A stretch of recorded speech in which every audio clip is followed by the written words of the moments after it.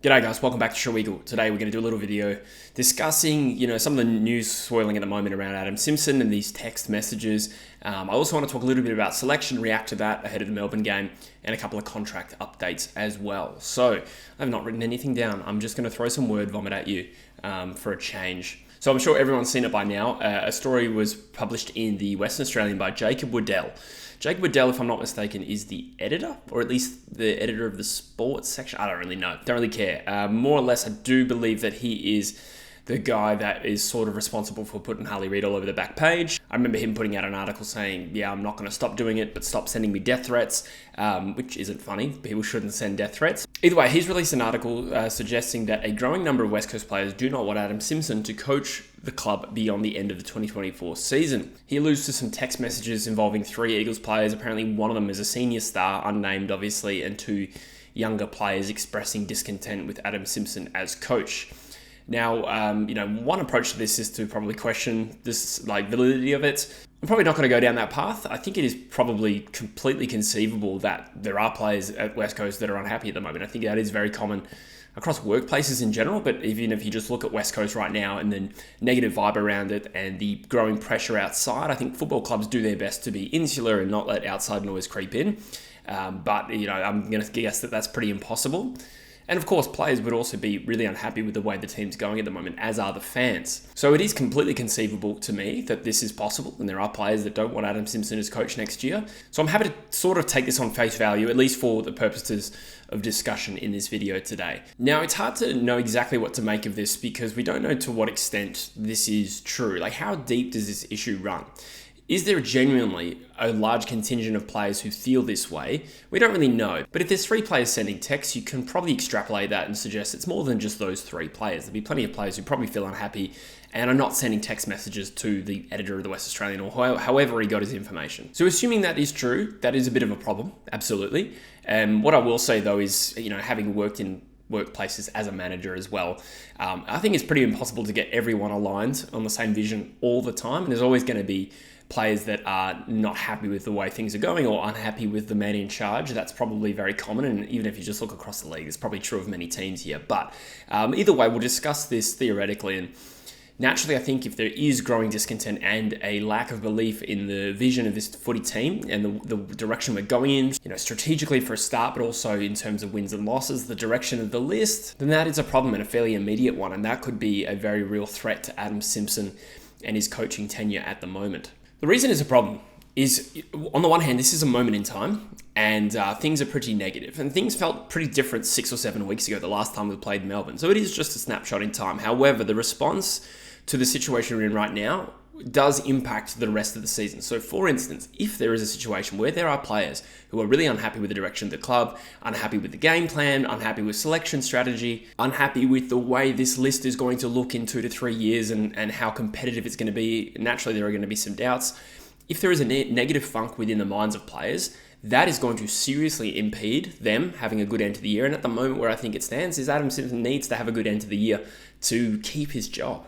I think back to, the Derby in particular. The Derby was the one where last year where we lost by 101 points, where the noise around Adam Simpson getting sacked probably reached its peak, right? There was articles all over the West Australian and etc. And that was probably, very justified at the time, naturally.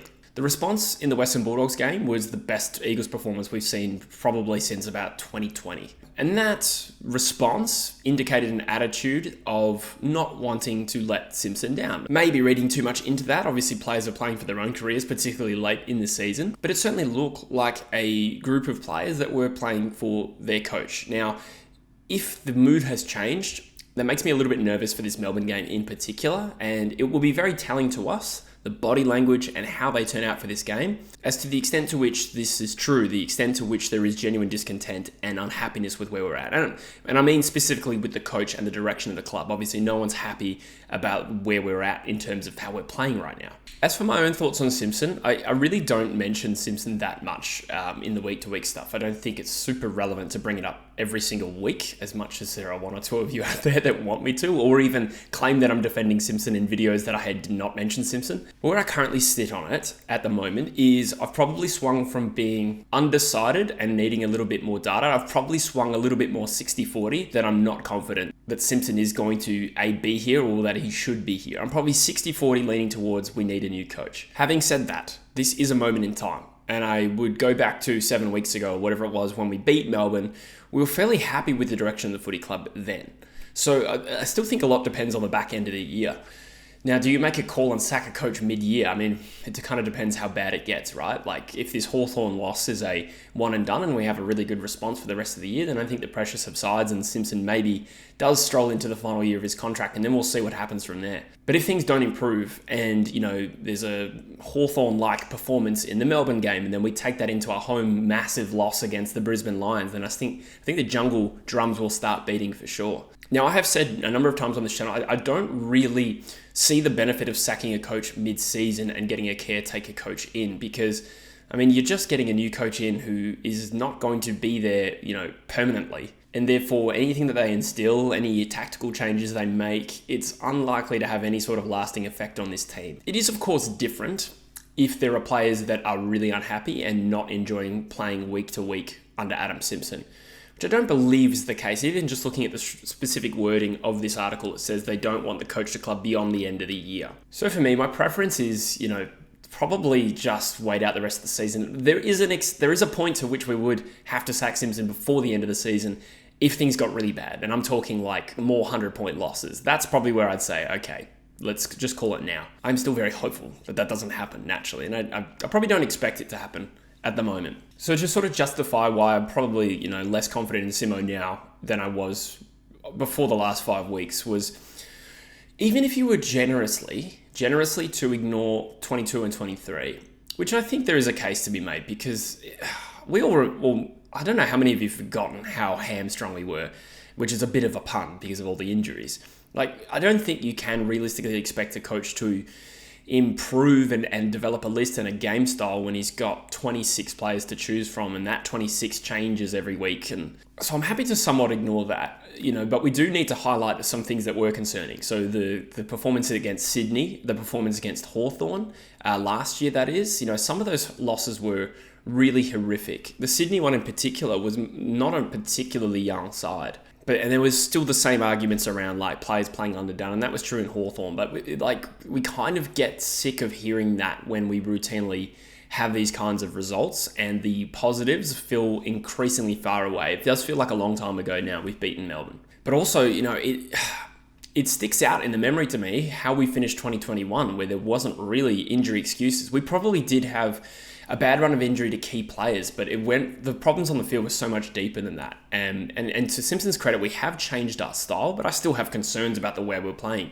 Like I said in the Hawthorn review, it really feels like right now, we've certainly built a game around contest and pressure and front half footy. And, in some games we're delivering on that, but it just feels like when we don't execute on that, when we're not winning contested ball, when we're not winning clearances, we have no response. And I mean no response. The ability to accumulate the ball on the outside has been a real problem. And, in some cases, we've seen players who have previously been good ball winners just not able to impact the game at all.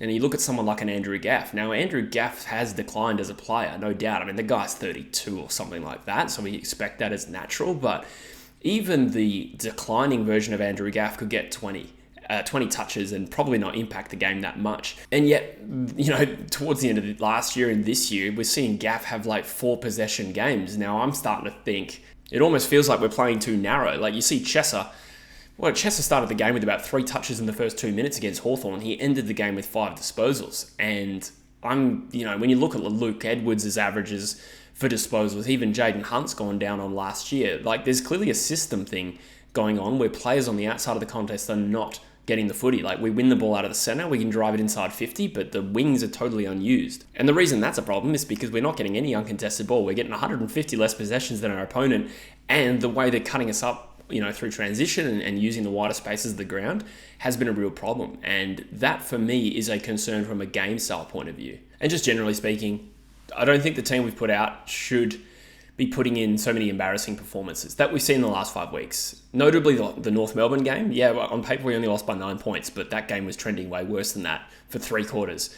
The Adelaide performance was horrendous, and then most recently against Hawthorn. And yeah, we've had a few comments on the last video suggesting maybe our team isn't that good. The established players that I think are good are not that good. I would still disagree. Honestly, you consider the spine. McGovern and Barras as a duo, maybe not individually, but as a duo, they might be up there with the best key back duo of any team this season. And then at the front of the ground, you got Waterman, one of the best forwards in the competition on current form, and then Oscar Allen, who was admittedly underdone. That's just 4 players to start. This team should not be getting annihilated like they are. There is such a jarring gap between our best and worst. And that's kind of common for rebuilding sides, but you look at the age profile of our best 22 each week, and it's not that young. Fremantle are a good example of a team that is really good on their day, and then on their weekdays, they have disappointing loss, and then you look, and their average age is about 4 years, not quite, but 2 years younger than ours. So that excuse doesn't really hold that much water for me. I know we're top and bottom heavy, which throws out the mean average, but I think I've made my point clear on that. I think we should be playing better. I have concerns around the game style, but I'm not suggesting we sack Adam Simpson this week, but I just think he needs a good end to the year. We need a few wins like the Melbourne game, like the Fremantle game. If we can end with 6 wins, then I'll probably pipe down for a little while. So we'll transition briefly into the selection. I did my own changes on Wednesday or Thursday morning. I think I put that out for you and what changes I would make, and now we've got the final teams. And we've made 2 changes. Flynn forced out for Jack Williams. That was one of the options that I suggested. And we dropped Marek for Hutchinson. So the changes there are a little bit light. They're a little bit light for a team that got embarrassed and there was a lot of negativity. And one of the changes is forced and the other one is probably a structural thing. It's kind of interesting to me how much I think it's Simpson rates Jack Hutchinson. And I don't want to criticize that out of turn. I think Marek is a player we want into the team. So the Hutchinson in is not the part I have an issue with. Simpson cops flack for probably not giving enough opportunity to young guys. He just has an opinion that Hutchinson is AFL quality and should be given games, and clearly he doesn't feel that way about Zane True. So I'm happy to back that decision. If you think this guy has AFL traits, even though he hasn't necessarily earned it in the waffle, I'm not necessarily going to criticize that part. But Ryan Marek should be in this football team. He is at the developmental stage, in my opinion, where more AFL games is best for him. And I understand why he's the one to come out because he's the extra tall, but Jack Darling is still in this team. And, how serious are we about, moving on to the next generation? I think this is the clear move that needs to happen. Ryan Marek is part of our future. Jack Darling is not, and it does feel at this current point in time like we're just nursing Jack Darling to 300 games to be generous. And he's got a contract for 2025. Is there some sort of scenario where we're planning to get him to 300 and then talk him into retiring for 2025 and still pay him out, but be able to use the list spot, which I think we do kind of need? I've talked about that in other videos. Is that the play here? I could probably live with that, but I'm a little bit skeptical at this stage. One other thing I'll note, though, is that Simpson said in his press conference we might have 10 guys on the list, 10 players out of contract who won't be on the list next year. That seems a lot. Even when you include the rookies, it's more than I forecasted in my video.